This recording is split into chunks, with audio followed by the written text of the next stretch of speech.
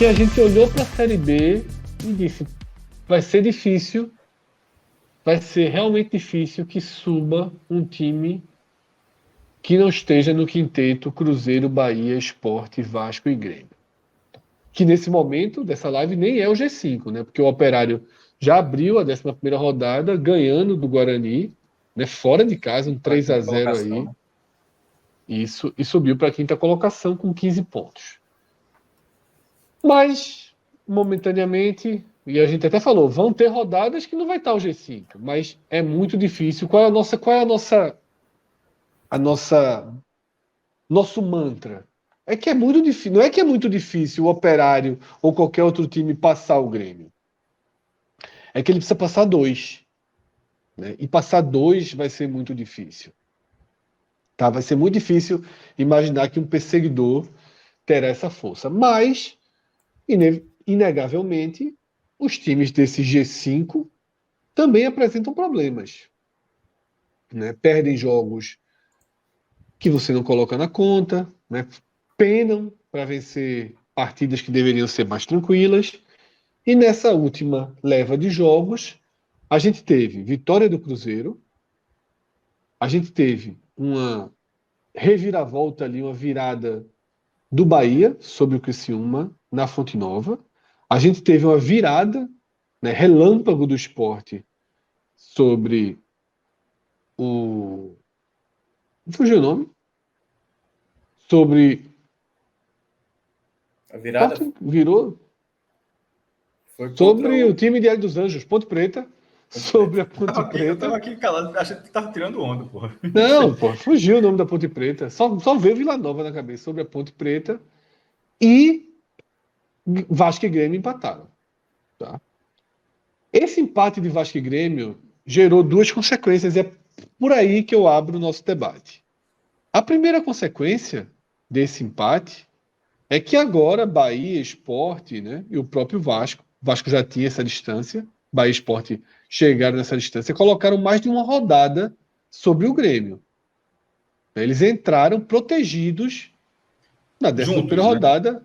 Juntos, Fred. Juntos. O Bahia tinha conseguido colocar pela primeira vez uma rodada na rodada passada, e agora, porque o Bahia tinha colocado 3 pontos, mas tendo uma vitória a mais do que o Grêmio.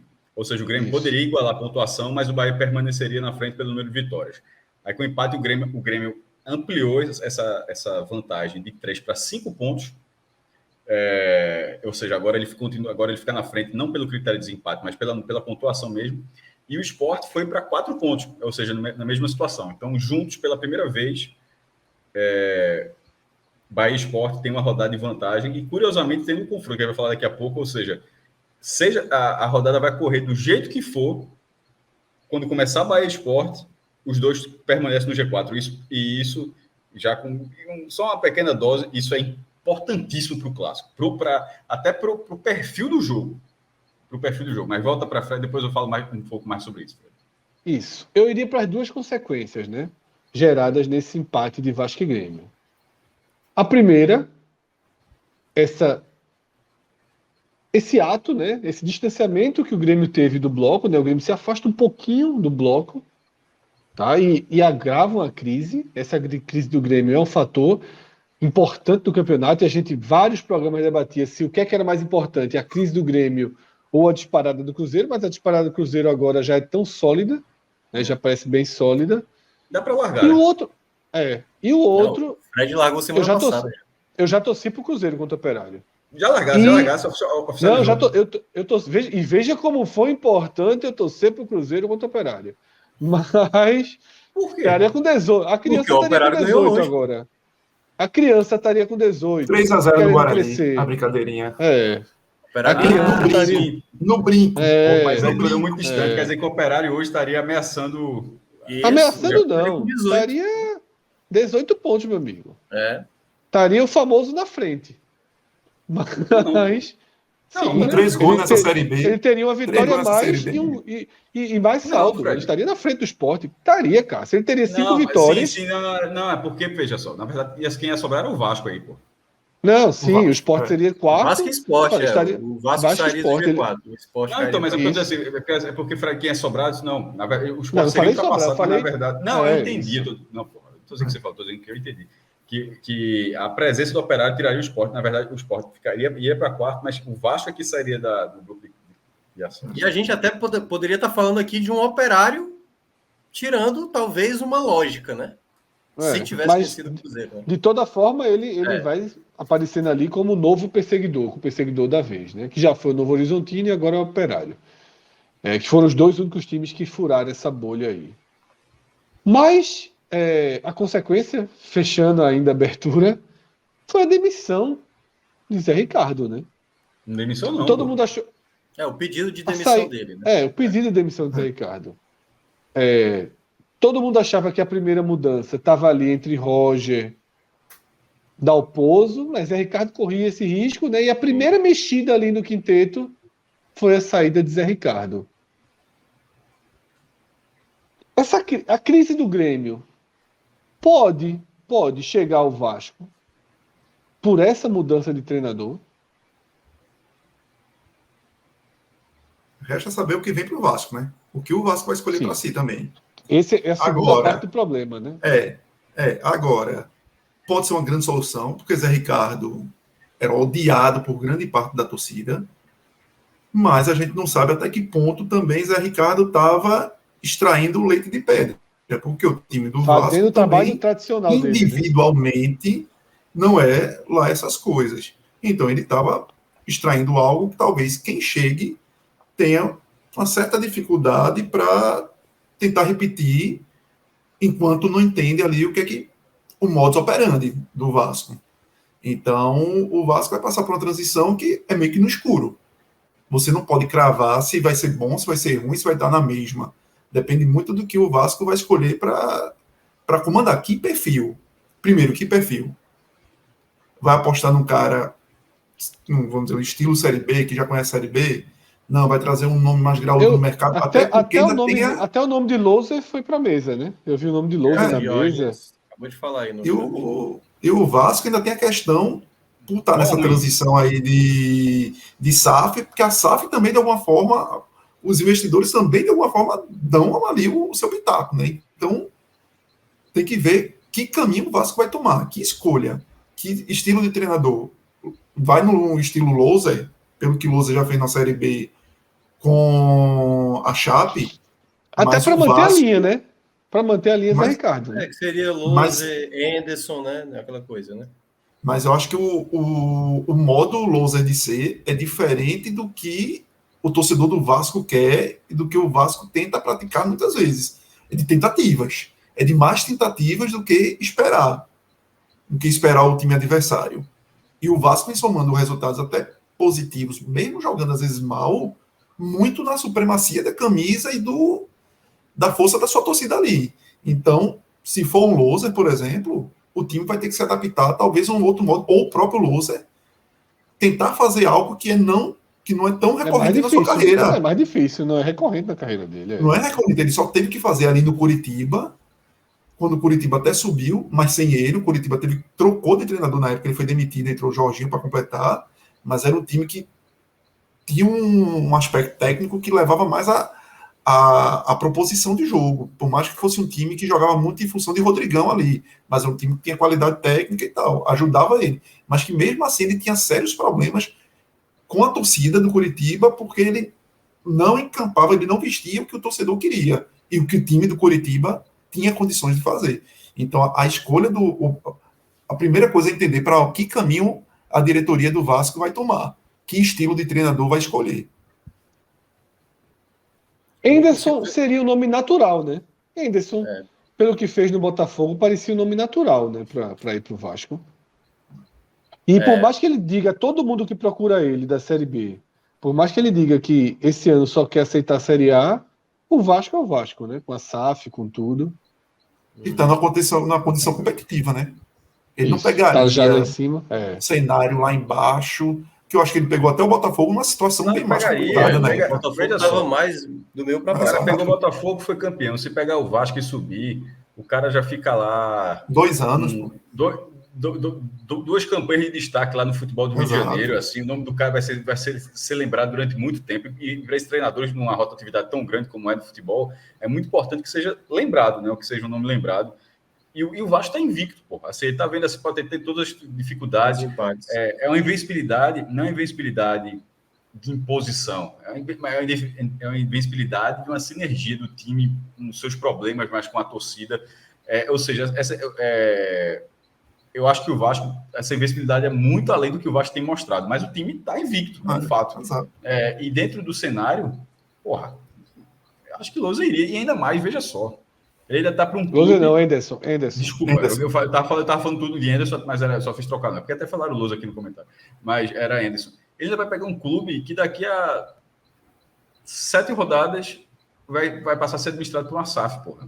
Que não só pelo fato de ser SAF, mas por uma SAF milionária, por um investidor milionário. Assim como a realidade foi rápida do Botafogo, foi assim... E ele acabou sobrando, né? Assim, ele deve pensar, porra, Botafogo, logo depois que eu saio, vira SAF, porra. Vai começar a aparecer milhões, de repente, aquela oportunidade que ele acabou perdendo no Botafogo, que ele deve ter pensado, pô, um pouquinho depois o clube as coisas começaram a se acertar em termos de grana, ele pode aproveitar isso no Vasco. Então, se ele pintasse em relação de gestão de carreira, eu acho que tinha um nome muito bom eu acho que tinha um nome muito bom para o Vasco, mas o grande problema é que esse nome já passou ano passado. Eu acho que o Lisca, se não tivesse passado lá em 2021, eu acho que ele poderia encaixar bem agora nesse Vasco. Mas por ele ter passado e foi muito mal, né? Acho que fazia muito tempo que o Lisca não chegava num clube. Acho que a última vez foi no Internacional, quando ele pegou já as 3 últimas rodadas. Mas não foi tão mal. E não foi mal. Ele não foi mal. Acho que ele ganhou. O único trabalho negativo, eu acho que foi o pior trabalho dele desde o Criciúma. O Criciúma ele foi mal. Mas o Vasco foi muito mal. E detalhe, o trabalho ruim no Vasco deu uma balada na carreira dele, né? Até agora, o Lisca... O cara bate no Rio de Janeiro e vai mal, aí tomou, opa... Até porque foi um trabalho com muito ruído, Fred. Foi um trabalho, assim, de muito desgaste com imprensa. Mas são assim, falou aqui das foi muito caótico. Foi muito até caótico. A maneira como o Lisca menciona, porque o Lisca, de vez em quando, ele valoriza até aquilo que não é para valorizar, né? Até joga muito confete onde não é para estar jogando. E a maneira como ele falava nas coletivas do Vasco do ano passado já indicava realmente que ele não conseguiria tirar o melhor daquele Vasco. E, enfim, é muito difícil isso acontecer. Mas é isso, vai depender muito do nome que o Vasco vai escolher. É um treinador jovem, promissor, né? Por exemplo, o Alex, aquele meia, ele já quer migrar para o futebol profissional, né? Ele quer sair ali das categorias de base. Só que aí você apostar no treinador jovem, por exemplo, com Fortaleza deu certo lá com o Rogério Ceni, mas ainda teve um campeonato estadual, ali teve uma situação para trabalhar. O Alex não, o Alex teria que trabalhar logo de cara com o time lá em cima, que ainda não perdeu. Então, uma derrota para um treinador iniciante praticamente se torna uma bomba, ter que administrar um elenco com o Nenê, sabe? Com os caras que é complicado administrar. Eu acho difícil que seja Alex, eu acho difícil. Então, assim, há um leve, o verde do Vasco começa a ficar levemente amarelo, né? Com essa já existia pressão. Não, é verde. Não, eu sei, Cássio, eu sei. É claro que é verde. É claro. A gente nem é essa a tônica do programa. Não é. A gente não vai ficar fazendo cor de time, não é isso. Só estou dizendo o seguinte: concordas que há um risco de mexer, de dar uma saída do trilho? Não acho. Não acho porque o trabalho, apesar da invencibilidade, o trabalho não era assim, estava no brilho do torcedor, não. Eu acho que era mais um time empurrado pela torcida do que outra coisa. Eu acho que, na verdade, o Vasco tem condição de dar um salto. O trabalho de Ricardo não agradava a todo mundo, não, Fred.